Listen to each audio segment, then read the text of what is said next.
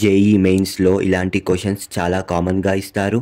ఈ క్వశ్చన్స్ని 10 సెకండ్స్ లోపల సాల్వ్ చేయొచ్చు. ఒకవేళ మీకు ఈ చిన్న కాన్సెప్ట్ తెలుసుంటే. ఆ కాన్సెప్ట్ వచ్చేసి ఫజాన్స్ రూల్. చూద్దాం ఈ రూల్ ఏం చెప్తుందో. దీన్ని జేఈ మెయిన్స్ 2022లో వచ్చిన క్వశ్చన్ పైన అప్లై చేసి చూద్దాం.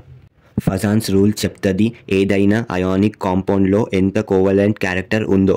యాక్చువల్లీ ఏమవుతుంది అంటే, లెట్ సపోజ్ ఒక అయానిక్ కాంపౌండ్ ఉంది.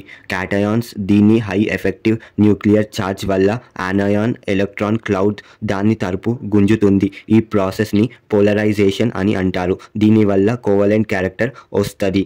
ఫజాన్స్ రూల్ ఏం చెప్తుంది అంటే, ఎంత చిన్న క్యాటయాన్ అంత ఎక్కువ పోలరైజేషన్ పవర్, అంత ఎక్కువ covalent character.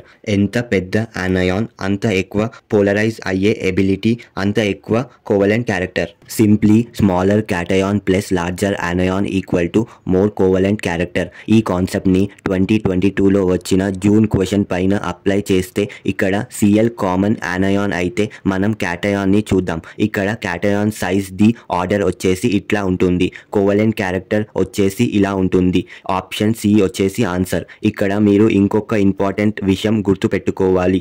Cation the pseudo inert gas configuration ఉంటే దాని హై పోలరైజింగ్ పవర్ ఉంటుంది. ఫ్యూడో ఇనర్ట్ గ్యాస్ కాన్ఫిగరేషన్ అంటే 8 కాకుండా 18 ఎలక్ట్రాన్స్ ఉంటాయి. దీన్ని ఫ్యూడో ఇనర్ట్ గ్యాస్ కాన్ఫిగరేషన్ అని అంటారు. ఒకవేళ CuCl ఇంకా NaClని చూస్తే Cu plus ion the pseudo inert gas configuration ఉంటుంది. అదే Na plus ion the inert gas configuration ఉంటుంది.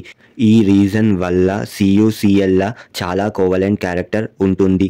ఒకవేళ ఫజాన్స్ రూల్ కాన్సెప్ట్ అర్థం అవుతే ఈ క్వశ్చన్ మీద అప్లై చేసి ఆన్సర్ని కామెంట్లో పెట్టండి.